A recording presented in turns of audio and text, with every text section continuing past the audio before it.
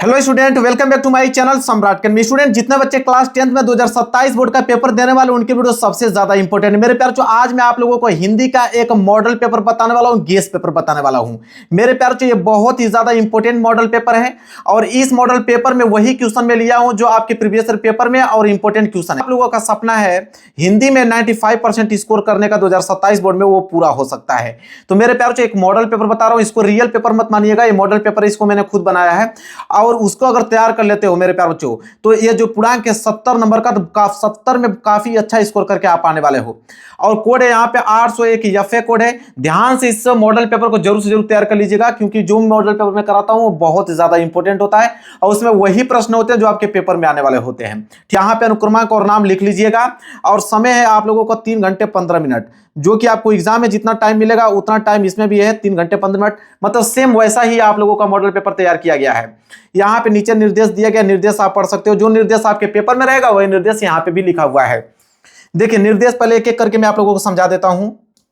देखिए मेरे प्यार, जो पहला निर्देश क्या है कि प्रारंभ के 15 मिनट परीक्षार्थियों को प्रश्न पत्र पढ़ने के लिए निर्धारित है। कहने का मतलब कि शुरू के 15 मिनट आपको टाइम मिलेगा इस पेपर को पढ़ने के लिए और 3 घंटे में इस पेपर को सॉल्व करना है। दूसरा है कि सभी प्रश्न अनिवार्य हैं, इसमें जितने भी प्रश्न दिए गए हैं सारे प्रश्न करना जो है वो अनिवार्य है, कंपलसरी है। तीसरा कि यह प्रश्न पत्र 2 खंडों में, खंड अ तथा खंड ब में विभाजित है। यह पेपर 2 खंडों में बना हुआ है। सबसे पहले तो आएगा आप लोगों का खंड अ, इसके बाद आएगा आप लोगों का खंड ब। 2 खंडों में यह पेपर विभाजित है। इसके बाद चौथा कि प्रश्न पत्र के खंड अ में 20 बहुविकल्पीय प्रश्न, जिसमें दिए गए 4 विकल्पों में से सही विकल्प का चयन करके ओएमआर शीट उत्तर पत्रक पर नीले अथवा काले बॉल पॉइंट पेन से सही विकल्प वाले गोले को अच्छी तरह से रंग कर देना है। इसका मतलब यह है कि खंड अ में 20 बहुविकल्पीय प्रश्न रहेंगे, इनका उत्तर आपको ओएमआर शीट पे देना होगा। एक अलग से आपको ओएमआर शीट मिलेगी, उस पर आप लोगों को इसका उत्तर देना होगा। और आप नीले पेन का प्रयोग कर सकते हो या काले पेन का यूज कर सकते हो रंगने के लिए। पेन आपका जेल वाली पेन इस्तेमाल मत कीजिएगा क्योंकि जेल वाली पेन क्या करता है ना कि आपके ओएमआर शीट को खराब कर देता है, क्योंकि वो 4-5 दिन बाद फैलने लगता है स्याही उसका, तो आपका पूरा का पूरा ओएमआर शीट खराब हो जाएगा। 20 में 20 नंबर आपका बिल्कुल कैंसिल हो जाएगा। इसलिए मैं कह रहा हूं कि डॉट पेन का इस्तेमाल करना, ठीक है, जेल वाली पेन मत लेकर जाना।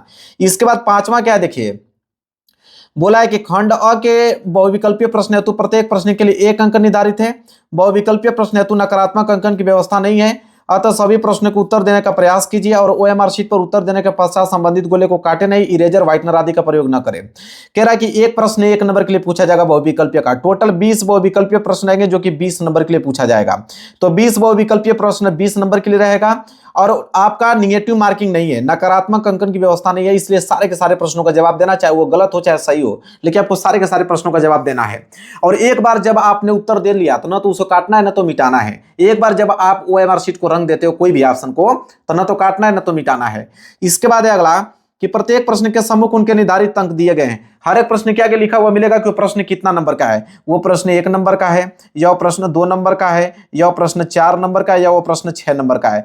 कितना नंबर का वो प्रश्न है उसके सामने लिखा हुआ मिलेगा। इसके बाद है खंड ब। खंड ब में वर्णनात्मक प्रश्न पूछे गए और इसके लिए कुल 50 अंक निर्धारित है। देखिए खंड अ में तो 20 नंबर का बहुविकल्पीय था और खंड ब में 50 नंबर का है, ठीक है। इसके बाद है कि खंड ब के प्रश्नों के उत्तर यथासंभव क्रमानुसार लिखने का प्रयास कीजिए। मतलब जितना हो सके खंड ब जब आप हल कीजिएगा तो आप प्रश्न उत्तर संख्या पहला, उसके बाद प्रश्न उत्तर संख्या दूसरा, जितना हो सके अरेंज करके लिखिएगा। समझ में आ गया आप लोगों को। इसके बाद है कह रहा है कि जो प्रश्न नहीं आता उस पर समन्वय मत कीजिए। मतलब जो प्रश्न आप लोगों का नहीं आ रहा है उसको आप छोड़ दीजिए, लास्ट में उस प्रश्न को कीजिएगा, लेकिन उसको छोड़ना नहीं है, लास्ट तक जाते जाते उस प्रश्न को जरूर कर लीजिएगा।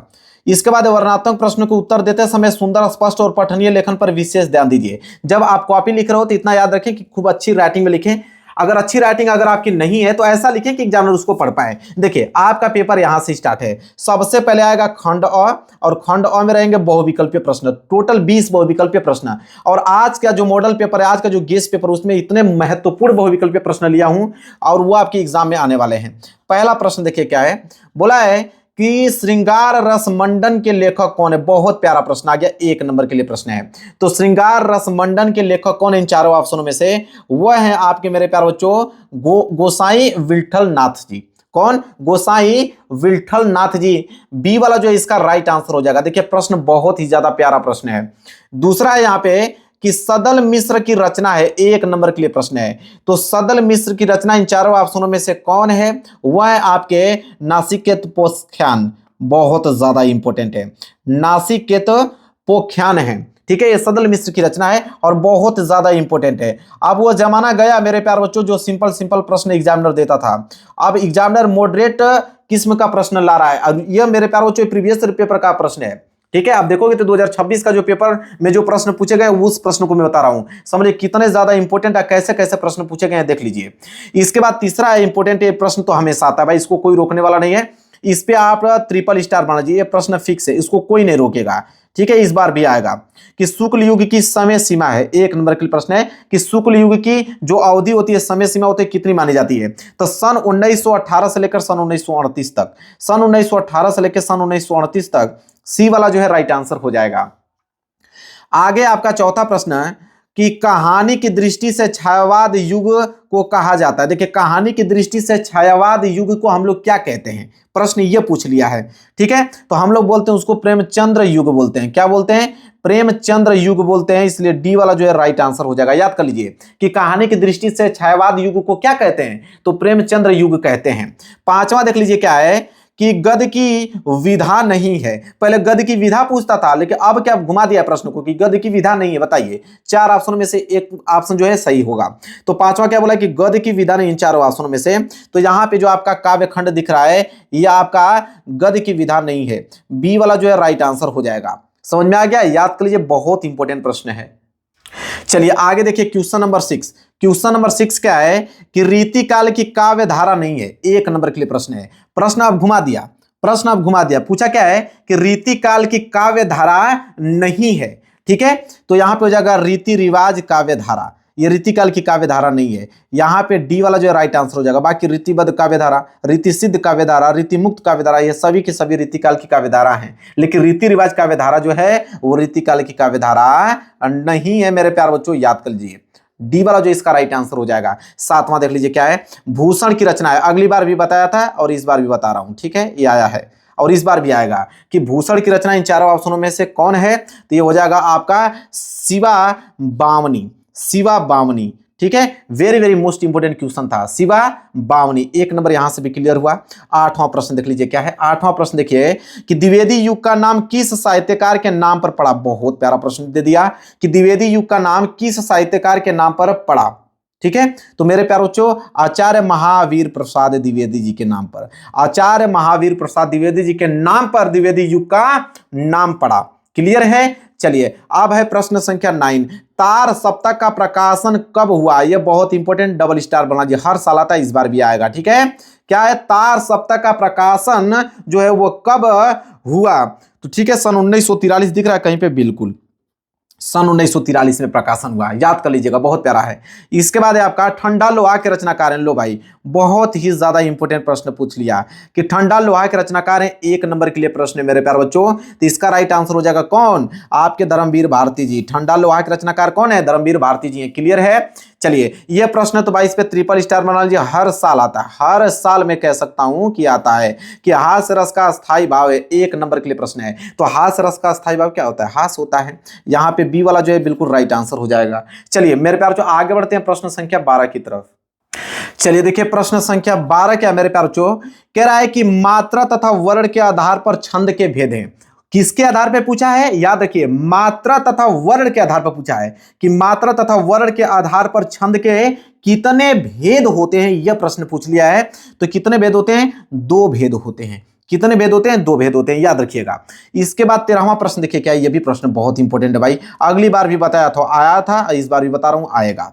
एक नंबर के लिए प्रश्न है कि चरण कमल बंदो हरिराई, उपयुक्त पंक्ति में कौन सा अलंकार है। चरण कमल बंदो हरिराई में इस पंक्ति में बताना कि कौन से अलंकार का प्रयोग किया गया है। तो इसमें जो है रूपक अलंकार का प्रयोग किया गया है, डी वाला जो है राइट आंसर हो जाएगा। प्रश्न संख्या 13 का डी।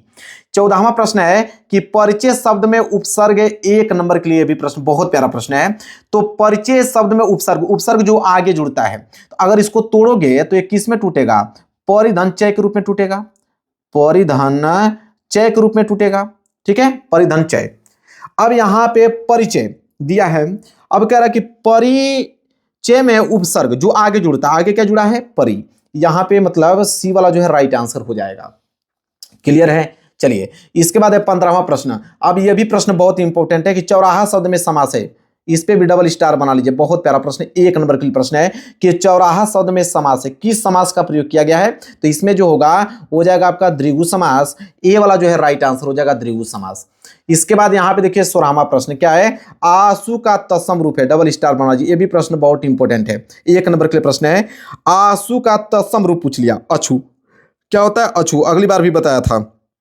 इसके बाद देखिए 17वां प्रश्न क्या है कि निम्न में से कौन सा शब्द सर्वनाम है? निम्न में से कौन सा शब्द सर्वनाम है? 1 नंबर के लिए प्रश्न है। ठीक है, तो आप यहां पे देख सकते हो प्रश्न संख्या 17। तो सर्वनाम पूछा है, जैसे रमेश, लखनऊ, पुस्तक, ये सब क्या है? नाउन है।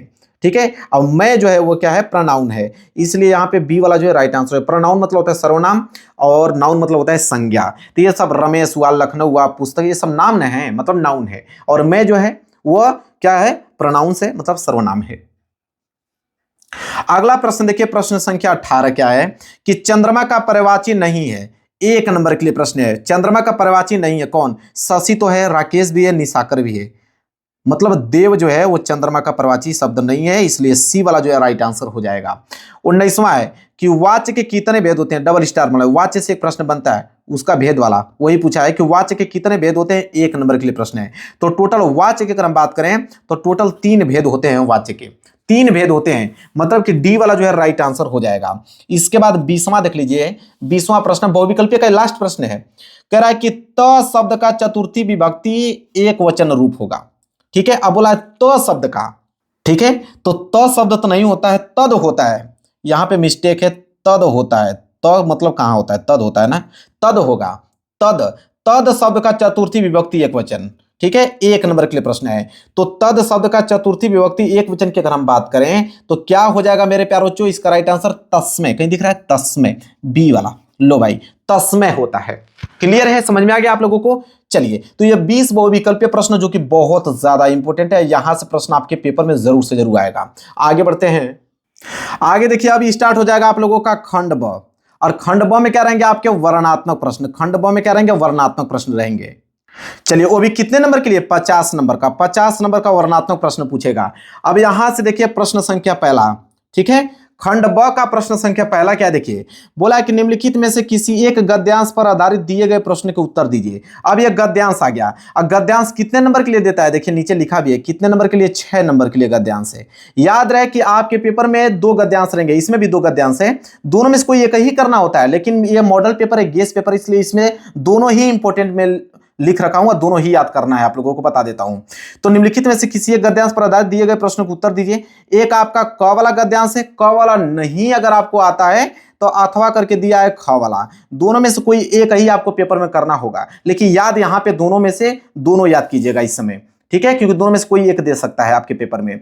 इसके बाद देखिए ध्यान से, क वाला पहले देखते हैं। कह रहा कि भिन्न भिन्न धर्मों को मानने वाले भी जो सारी दुनिया के सभी देशों में बसे हुए हैं, यहां भी थोड़ी बहुत संख्या में पाए जाते हैं। और जिस प्रकार यहां की बोलियों की गिनती आसान नहीं, उसी प्रकार यहां भिन्न भिन्न धर्मों के संप्रदायों की भी गिनती आसान नहीं। इन विभिन्नताओं को देखकर अगर अपरिचित आदमी घबरा कर कह उठे कि यह देश नहीं अनेकों देशों का समूह है, यह एक जाति नहीं अनेक जातियों का समूह है, तो आश्चर्य की बात नहीं, क्योंकि ऊपर से देखने वाले को जो गहराई में नहीं जाता, विभिन्नता ही देखने में आएगी। ठीक है, बहुत ही ज्यादा इंपॉर्टेंट मेरे प्यार यह गद्यांश है, और इसके नीचे 3 प्रश्न दिए गए हैं। इसका पीडीएफ चाहिए तो डिस्क्रिप्शन में लिंक है मेरे एप्लीकेशन का, वहां से डाउनलोड कर लीजिए एप्लीकेशन को, अपने मोबाइल नंबर से रजिस्टर कर लीजिए, वहां से सारे पीडीएफ मिल जाएंगे फ्री में। ठीक है, देखिए 3 प्रश्न है। पहला एक उपयुक्त गद्यांश का संदर्भ लिखिए, 2 नंबर मिलेगा। संदर्भ लिखिए 2 नंबर। चलिए इसका संदर्भ देखते हैं हम लोग। तो इसका संदर्भ देखिए मेरे प्यार बच्चों, इसका संदर्भ क्या हो जाएगा? प्रश्न संख्या पहले का क का पहला प्रश्न, संदर्भ लिखिए कि प्रस्तुत गद्यांश क्या है? प्रस्तुत गद्यांश हमारी पाठ्य पुस्तक के गद्य खंड में संकलित भारतीय संस्कृति निबंध से लिया गया, और इसके लेखक डॉक्टर राजेंद्र प्रसाद जी हैं। देखिए संदर्भ में 2 ही चीज मायने रखता है, किस चैप्टर से लिया गया है? भारतीय संस्कृति चैप्टर से। ठीक है, कौन लिखा हुआ है? डॉक्टर राजेंद्र प्रसाद जी लिखे हुए हैं। बस इतना ही पॉइंट इंपॉर्टेंट होता है। ठीक है, संदर्भ में।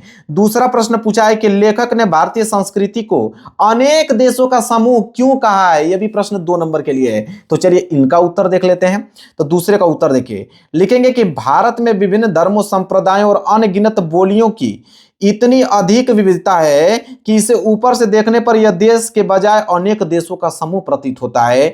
इसी भारी भिन्नता के कारण लेखक ने ऐसा कहा है। क्लियर है? चलिए इसके बाद तीसरा प्रश्न है, रेखांकित अंश की व्याख्या कीजिए 2 नंबर। जहां तक अंडरलाइन किया गया, देखिए अंडरलाइन यहां से स्टार्ट है और यहां पे समाप्त है, तो जहां तक अंडरलाइन किया गया इसी का हमें क्या बताना है, व्याख्या बताना है। ठीक है, क्या कह रहा है कि इन विभिन्नताओं को देखकर अगर अपरिचित आदमी घबरा कर कह उठे कि यह देश नहीं अनेक देशों का समूह है, यह एक जाति नहीं अनेक जातियों का समूह है, तो इसमें आश्चर्य की बात नहीं। इसका हमें क्या करना है, व्याख्या बताना है। चलिए देख लेते हैं व्याख्या।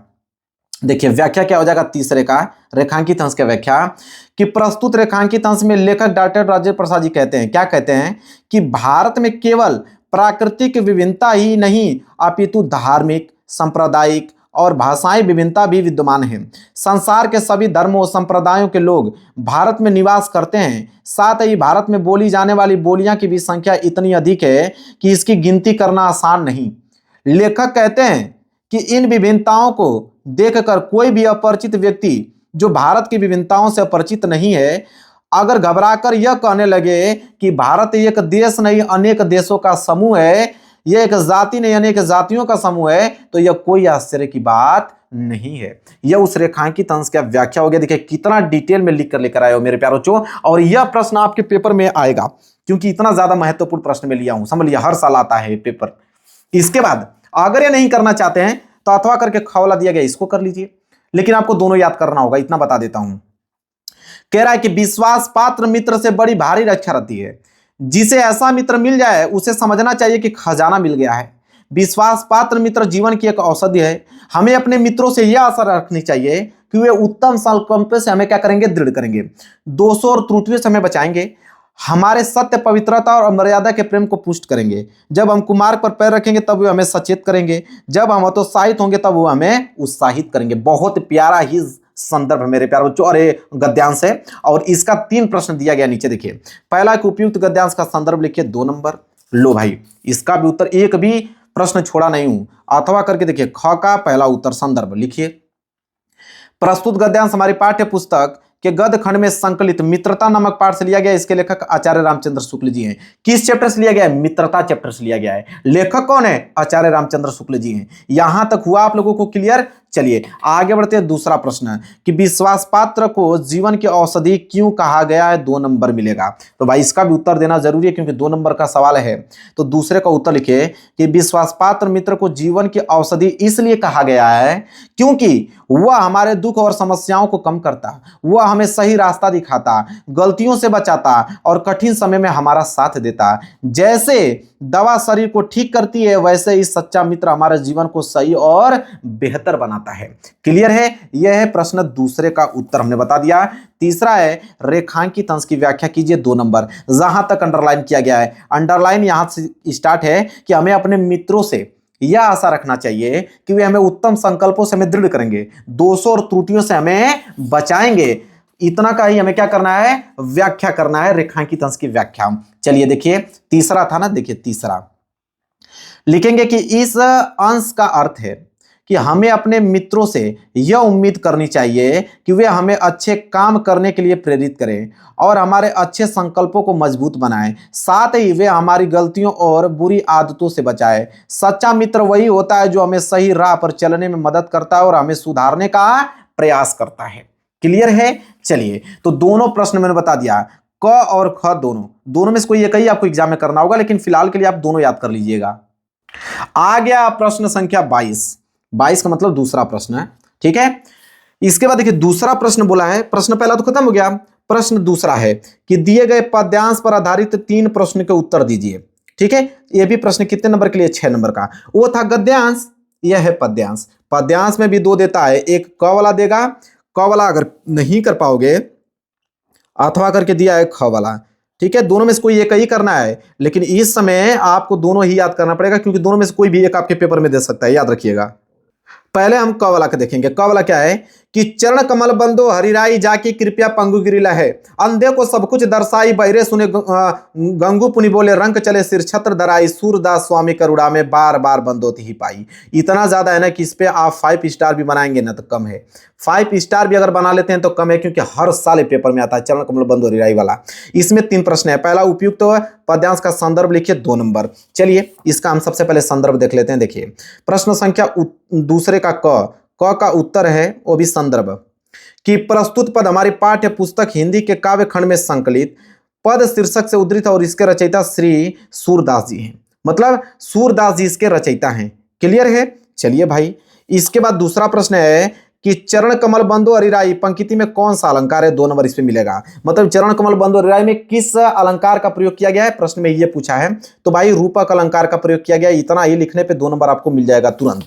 इसके बाद रेखांकित अंश की व्याख्या कीजिए, 2 नंबर इस पे मिलेगा कि चरण कमल बंदो हरिराई जाकी कृपया पंगु गिरे है। ठीक है, अंधे को सब कुछ दर्शाई, इतना का ही हमें व्याख्या बताना है, हमें 2 नंबर मिल जाएगा। चलिए देखिए उत्तर कि प्रस्तुत रेखांकित अंश में कवि सूरदास जी प्रभु श्री कृष्ण के कमल रूपी चरणों की वंदना करते हुए कहते हैं कि हे प्रभु, मैं आपके कमल रूपी चरणों की वंदना करता हूं, जिसकी कृपया से लंगड़ा व्यक्ति पर्वते लंघ जाता है, अंधे व्यक्ति को सब कुछ दिखाई देने लगता है, अर्थात ईश्वर की दया से असमर्थ व्यक्ति भी समर्थ हो जाता है और जीवन के सभी अंधकार दूर हो जाते हैं। यह हो गया उस रेखांकित अंश की व्याख्या।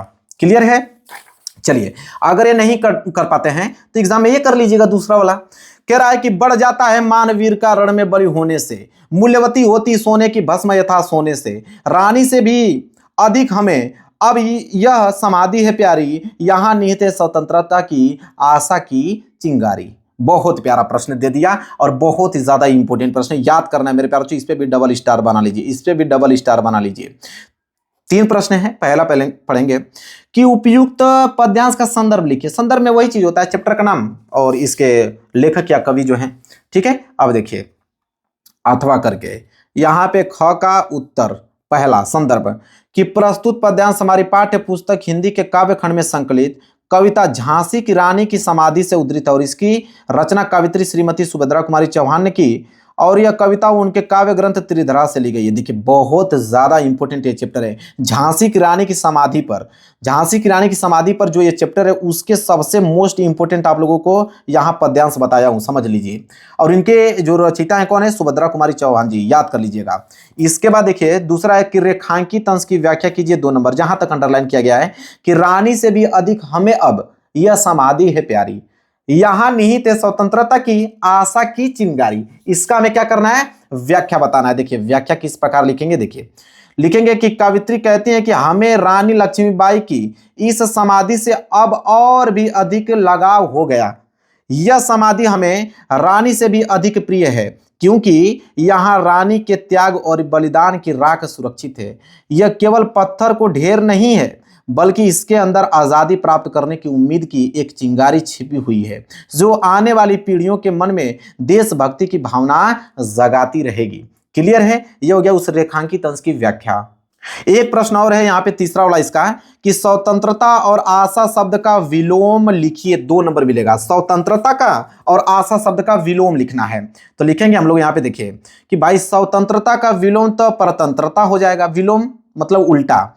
आशा का हो जाएगा निराशा। क्लियर है? 2 नंबर यहां से आपकी क्लियर हो गए। चलिए प्रश्न संख्या तीसरे की तरफ बढ़ते हैं। देखिए प्रश्न संख्या तीसरा कि निम्नलिखित संस्कृत गद्यांशों में से किसी एक का संदर्भ सहित हिंदी में अनुवाद कीजिए। अब तक तो हम लोग हिंदी के गद्यांश और पद्यांश देख रहे थे, अब संस्कृत के गद्यांश और पद्यांश आएंगे जिसमें से गद्यांश दे रखा है कि संस्कृत गद्यांश में से किसी एक का संदर्भ सहित हिंदी में अनुवाद कीजिए। कितने नंबर के लिए? 5 नंबर के लिए। 3 नंबर इसके हिंदी अनुवाद में मिलता है, 2 नंबर इसके संदर्भ में मिलता है। इसमें भी 2 दिया है, क वाला दिया गया, क वाला नहीं कर पाओगे तो अथवा करके ख वाला। और क वाला जो मैं लिया हूं मेरे प्यारों चुना, बहुत ज्यादा इंपोर्टेंट, लिख के रख लो कि इस बार आएगा। क्या है? ठीक है, मानव जीवन से संस्क्रमण और संस्कृति वाला है जो कि यहां से लेके स्टार्ट है और यहां पे समाप्त, इतना ही देगा। और 2 ही चीज लिखना होता है, संदर्भ सहित हिंदी में अनुवाद कीजिए। तो तीसरे का क वाला देखिए, संदर्भ सहित हिंदी में अनुवाद करना होता है, 2 ही पॉइंट लिखना होता है। चलिए देख लेते हैं। प्रश्न संख्या तीसरे का क, संदर्भ यहाँ पे दिया हिंदी में अनुवाद। बस 2 पॉइंट लिखिए, आपका 5 नंबर क्लियर हो जाएगा। 2 नंबर संदर्भ पे, 3 नंबर हिंदी अनुवाद पे। तो संदर्भ है कि प्रस्तुत संस्कृत गद्यांश हमारी पाठ्य पुस्तक हिंदी के संस्कृत खंड के भारतीय संस्कृति नामक पाठ से उद्धृत है। मतलब भारतीय संस्कृति चैप्टर से लिया गया है। क्लियर है। हिंदी अनुवाद की बात करें तो मानव जीवन को संवारना, मतलब दोषों को दूर करना, शुद्ध करना ही संस्कृति है। हमारे पूर्वजों ने मानव जीवन को सुंदर और श्रेष्ठ बनाने के लिए महान प्रयत्न किए थे। उन्होंने हमारे जीवन को संवारने के लिए जिन आचारों, आचरण और विचारों को दिखाया, वह सब हमारी क्या है, वह सब हमारी संस्कृति है। 5 नंबर हो गया क्लियर आप लोगों का। अगर ये नहीं कर पाते हैं तो अथवा करके दिया है उसको कर लीजिए। देखिए अथवा करके यहाँ पे दिया है ख वाला, कि अगर क वाला नहीं कर पाते तो ख वाला कर लो। और ख वाला भी बहुत ज्यादा इंपॉर्टेंट है मेरे प्यार बच्चों, ख वाला भी बहुत ज्यादा इंपॉर्टेंट है, आपको तैयार करना ही है। ठीक है, एकदा बह वाला, ठीक है, यहां से लेके स्टार्ट है और यहाँ पे होके समाप्त है। 2 ही पॉइंट लिखना है, संदर्भ सहित हिंदी में अनुवाद कीजिए। तो देखिए प्रश्न संख्या तीसरे का अथवा वाला, प्रश्न संख्या तीसरे का अथवा, यहाँ पे संदर्भ, यहाँ पे हिंदी अनुवाद। संदर्भ में लिखिए कि प्रस्तुत गद्यांश हमारी पाठ्य पुस्तक हिंदी के संस्कृत खंड में संकलित प्रभुत्व ग्रामीण नामक पाठ से अवतरित है। मतलब प्रभुत्व ग्रामीण चैप्टर से लिया गया है। क्लियर है। और इसका हिंदी अनुवाद की अगर हम बात करें तो यह होगा कि एक समय की बात है, कई लोग धूमयान रेल पर सवार होकर नगर की ओर जा रहे थे। उनमें से कुछ ग्रामीण थे और कुछ नगर के निवासी। जब सभी चुपचाप बैठे थे तब एक नगर का निवासी ग्रामीणों का उपहास करते हुए बोला कि ग्रामीण आज भी पहले की तरह अशिक्षित और ज्ञानी हैं। उनका कोई विकास नहीं हुआ और न ही हो सकता है। ये उसका मतलब क्या हो गया, हिंदी अनुवाद हो गया। तो भाई दोनों हमने बता दिया, क और ख दोनों याद कर लीजिएगा। प्रश्न संख्या 4 की तरफ बढ़ते हैं।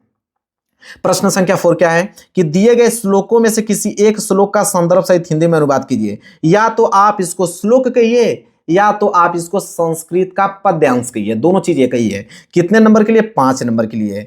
3 नंबर तो उसके हिंदी अनुवाद पे मिलेगा, 2 नंबर इसके संदर्भ में। दोनों ही इंपॉर्टेंट मैं ले रखा हूं, या तो क वाला कीजिए या तो अथवा करके दिया है ख वाला। दोनों में से कोई एक ही आपको पेपर में करना है, लेकिन आपको इस समय दोनों याद करना है क्योंकि दोनों में से कोई एक दे सकता है आपके पेपर में। ठीक है, पहला है कि बंधम मरणो वापी जयो वापी पराजय उभयत्र सम वीर वीर भाव ही वीरता। इसका हमें क्या करना है, संदर्भ सहित हिंदी में अनुवाद करना है। प्रश्न संख्या चौथे का क लो, चौथे का क कि प्रस्तुत श्लोक हमारी पाठ्य पुस्तक हिंदी के संस्कृत खंड वीर वीरेन पूजते नामक पाठ से उद्धृत है। मतलब वीर वीरेन पूजते चैप्टर से लिया गया है, वीर वीरेन पूजते चैप्टर से लिया गया है मेरे प्यारे बच्चों। क्लियर है।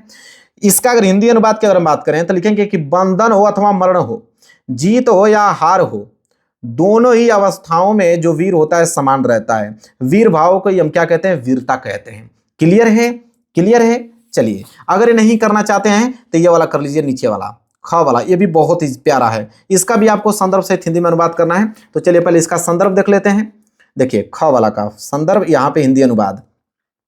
संदर्भ है कि प्रस्तुत श्लोक हमारी पाठ्य पुस्तक हिंदी के संस्कृत खंड में संकलित जीवन सूत्राणी नामक पाठ से उद्धृत है। मतलब जीवन सूत्राणी चैप्टर से लिया गया है। और हिंदी अनुवाद की अगर हम बात करें तो लिखेंगे अन्नो, जिसे हम लोग धान्यों के नाम से कहते हैं। धनों में उत्तम क्या है, धन्यो मतलब होता है धनों में। ठीक है, धनों में उत्तम क्या है, धनों में सबसे उत्तम क्या है। ठीक है, मतलब देखो ये हो गया अन्नो, मतलब अन्न में उत्तम क्या है। फिर धन में सबसे उत्तम क्या है, लाभों में सबसे श्रेष्ठ लाभ क्या है, और सुखों में सबसे उत्तम सुख क्या है। लो भाई क्लियर है। चलिए अब आ गया प्रश्न संख्या 5वां। प्रश्न संख्या 5वां है कि अपने पठित खंड काव्य के आधार पर दिए गए प्रश्नों में से किसी एक का उत्तर दीजिए। 3 नंबर का खंड काव्य आता है। देखिए खंड काव्य वही करना होता है जो आपके जिला में पूछा जाता है। क्वेश्चन बैंक में आप जाके देख सकते हो कि आपके जिला का नाम क्या है और आपके जिले में कौन सा खंड काव्य पूछा जाता है। अगर नहीं मिल रहा है तो कमेंट कीजिए, मैं उत्तर देके बता दूंगा आपको कि आपके जिले में कौन सा खंड काव्य पूछा जाता है। और पेपर में भी वही करना होगा। देखिए आप जिस जिले से बिलोंग कर रहे हैं ना, तो आपके जिले में जो खंड काव्य याद करने के लिए बोलेगा वही आपको मेरे प्यारों से एग्जाम में करना होगा। अगर नहीं करते हो, कोई दूसरा कर लेते हो, तो तब क्या होगा, तब वही आपका 3 नंबर पूरा कट जाएगा। ठीक है, अब देखिए बहुत सारे खंड काव्य हैं, जैसे मुक्तिदूत है, ज्योति जवाहर है, मेवाड़ मुकुट है, इसके बाद आप देखिए अग्रपूजा है, इसके बाद देखिए नीचे जय सुभाष दिया हुआ है, इसके बाद यहाँ पे चौला दिया है मातृभूमि, इसके बाद कर्ण दिया गया है, इसके बाद करमवीर दिया गया है, इसके बाद आपका तुमुल दिया गया है। इतने सारे, लेकिन आपको वही करना है जो आपके डिस्ट्रिक्ट में जिले में पूछा जाता है। प्रश्न संख्या 6 का क आ गया। प्रश्न संख्या 6 का क क्या है कि निम्नलिखित लेखकों में से किसी एक लेखक का जीवन परिचय देते हुए उनके एक प्रमुख रचना का उल्लेख कीजिए। 3 जीवन परिचय, तीनों में से कोई एक ही आपको पेपर में करना है, 5 नंबर मिलेगा। 3 नंबर जीवन परिचय पे, 2 नंबर रचनाएं पे। तो रचनाएं लिखना मत भूलिएगा, क्योंकि 2 नंबर अगर लेना है तो रचनाएं लिखना पड़ेगा। और ये तीनों को अगर आप याद कर लेते हो, तीनों ही इंपॉर्टेंट मैंने इस मॉडल पेपर में ले रखा है। आचार्य रामचंद्र शुक्ल जी का, जयशंकर प्रसाद जी का और श्री भगवत उपाध्याय जी का। अगर ये 3 लोगों का याद है, फिर तो भाई आप 2027 बोर्ड एग्जाम में तो हल्का मचा के चले आओगे। ठीक है, तो इसमें से कोई एक बता भी देता हूं। चलो मैं जयशंकर प्रसाद जी का बता देता हूं आप लोगों को, जीवन परिचय। तो देखिए प्रश्न संख्या 6 का जयशंकर प्रसाद का जीवन परिचय लिखोगे कैसे कि जयशंकर प्रसाद का जन्म जो हुआ था सन 1889 ईस्वी को काशी के सुंगनी साहू नामक परिवार में हुआ था। इनके पिता का नाम था देवी प्रसाद, जो व्यापारी थे। इनके पिता व बड़े भाई के देहांत हो जाने पर इनकी शिक्षा का क्रम छूट गए और घर का सारा कार्यभार उन्होंने संभाला। फिर है कि स्वास्थ्य से इन्होंने मतलब स्वाध्याय मतलब खुद से, स्वाध्याय से इन्होंने उर्दू, संस्कृत, हिंदी, फारसी, उर्दू, अंग्रेजी का गहन अध्ययन किया। ठीक है, इसके बाद ये परिजनों की मृत्यु, अर्थ संकट, पत्नी वियोग आदि संबंधी अनेक दुख झेलते रहे और इनकी कृति कमाईनी पर इन्हें कौन सा मंगला प्रसाद पारितोषिक पुरस्कार से उपाधि से उनको सम्मानित किया गया। और क्षय रोग से पीड़ित होने के कारण उन्होंने 1937 में स्वर्गवास हो गए। रचना की बात करें, कमाईनी, झरना, आंसू, लहर। आपको रचनाएं लिखना है, क्योंकि रचनाएं पे 2 नंबर मिलेगा और जीवन परिचय पे आपको 3 नंबर मिलेगा, तब जाकर टोटल 5 नंबर आपको मिलेगा। क्लियर है? चलिए इसके बाद ख वाला देखिए, 6 का ख क्या है, बोला यहाँ पे कि निम्नलिखित कवियों में से किसी एक कवि का जीवन परिचय देते हुए उनके प्रमुख रचना का उल्लेख कीजिए। अब एक कवि का जीवन परिचय आ गया जो कि 5 नंबर के लिए है। 3 नंबर जीवन परिचय पे, 2 नंबर रचनाएं पे। तुलसीदास, सुमित्रानंद पंत जी, श्यामनारायण पांडे जी। इन तीनों लोगों का अगर आपको याद हो गया तो भाई 2027 बोर्ड एग्जाम इससे बार कहाँ पूछने वाला है। फिर भी मैं आप लोगों को सुमित्रानंद पंत जी का बता देता हूँ। ठीक है, जीवन परिचय लिख लीजिए। तो यहाँ पे लिखिए सुमित्रानंद पंत का जीवन परिचय, 6 का ख। कवि सुमित्रानंद पंत का जन्म हुआ था 20 मई सन 1900 को, और कहाँ पे, अल्मोड़ा के निकट कोसानी नामक गांव में हुआ था। इनके पिता का नाम था गंगादत्त पंत तथा माता का नाम था सरस्वती देवी। इनके जन्म के 6 घंटे बाद इनकी मां का निधन हो गया और इनका पालन पोषण दादी ने किया। इनकी प्रारंभिक शिक्षा गांव में हुई और उच्च शिक्षा प्रयाग के सेंट्रल कॉलेज में हुई। गांधी जी के असहयोग आंदोलन से प्रभावित होकर विद्यालय छोड़ दिया और इनकी मृत्यु 28 दिसंबर 1977 ईस्वी को हो गया। रचनाएं की अगर हम बात करें तो युगवाणी, लोकायतन, चिदंबरा इनकी महत्वपूर्ण रचना है। ठीक है, चलिए आगे बढ़ते हैं। आगे आपका प्रश्न संख्या 7वां। प्रश्न संख्या 7वां क्या, उसको देखिए ध्यान से कि अपनी पाठ्य पुस्तक में से कंठस्थ को एक श्लोक लिखिए जो इस पेपर में ना आया हो। ठीक है, जो इस प्रश्न पत्र में ना आया हो, 2 नंबर का है, मतलब आपको वही श्लोक लिखना है जो इस पेपर में ना आया हो। चलिए भाई हम बता देते हैं। लो, सबसे सिंपल आपको वो बता रहा हूं श्लोक, सबसे सिंपल श्लोक कि सर्वे भवन्तु सुखिनम सर्वे सन्तु निराम्या सर्वे भद्राणि पश्यन्तु मा कश्चित् दुख भाग भवेत्। लो भाई 2 नंबर यहां से आपके क्या हो गए, बिल्कुल क्लियर हो गए।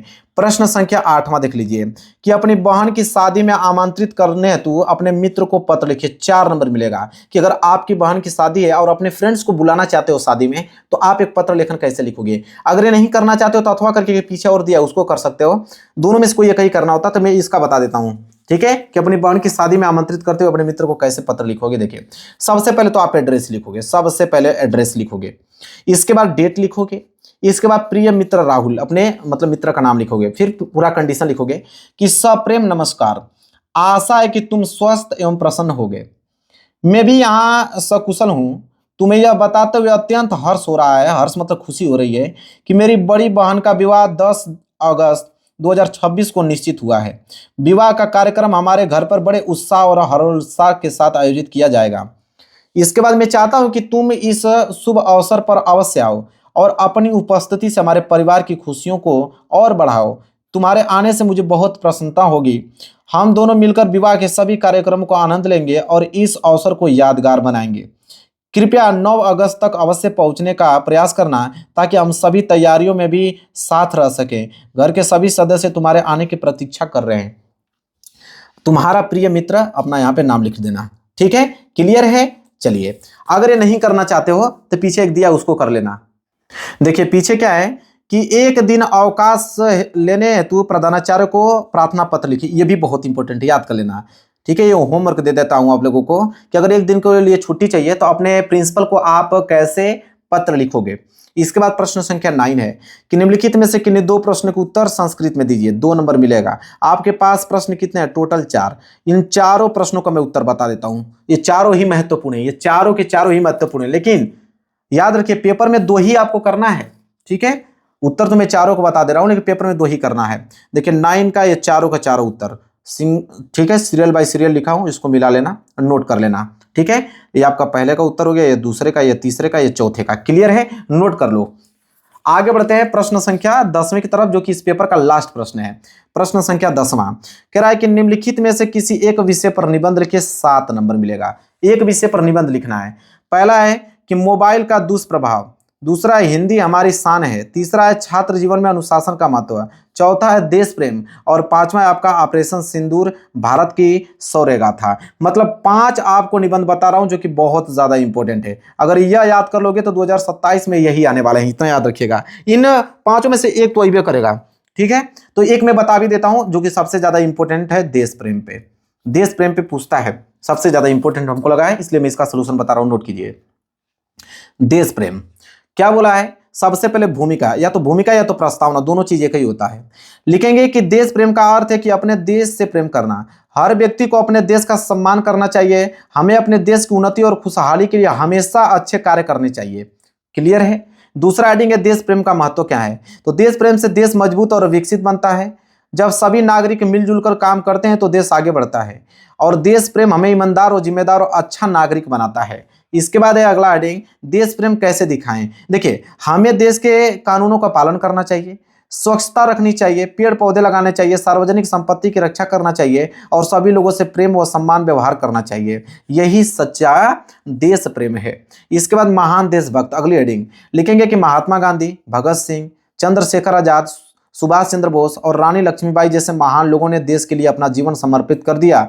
हमें उनके जीवन से प्रेरणा लेनी चाहिए। फिर है आपका विद्यार्थियों का कर्तव्य क्या होना चाहिए। तो विद्यार्थियों को मन लगाकर पढ़ाई करनी चाहिए, अनुशासन का पालन करना चाहिए, हमें अपने विद्यालय और देश का नाम ऊंचा करना चाहिए, और यही उनके लिए सच्चा देश प्रेम है। फिर लास्ट हेडिंग आपका उपसंहार कि हमें अपने देश से प्रेम करना चाहिए, उसकी उन्नति के लिए हमेशा अच्छे कार्य करना चाहिए, देश की सेवा करना हम सभी का सबसे बड़ा कर्तव्य है। लो भाई, खत्म हो गया।